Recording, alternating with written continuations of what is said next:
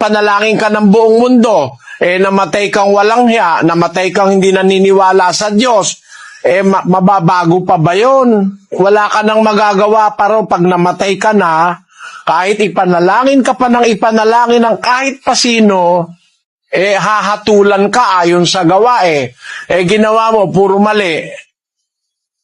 Ginawa mo, puro pambababae, pagnanakaw, panluloko sa kapwa, namatay ka sa lahat ng kawalanghiyaan mo sa buhay. Kahit na magmisa ng magmisa, manalangin na manalangin, mababago mo pa ba yun? Basahin natin yung Ezekiel. Ganito ang sabi sa 18, versikulo 20. Ang kaluluwa na nagkakasala, mamamatay. Ang anak ay hindi magdadanas ng kasamaan ng ama, o magdadanas man ang ama ng kasamaan ng anak.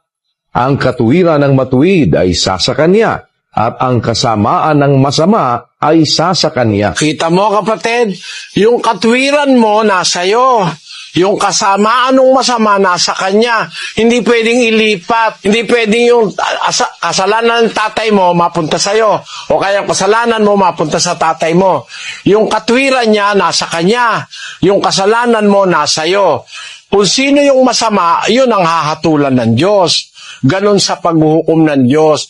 Hustisya ang Diyos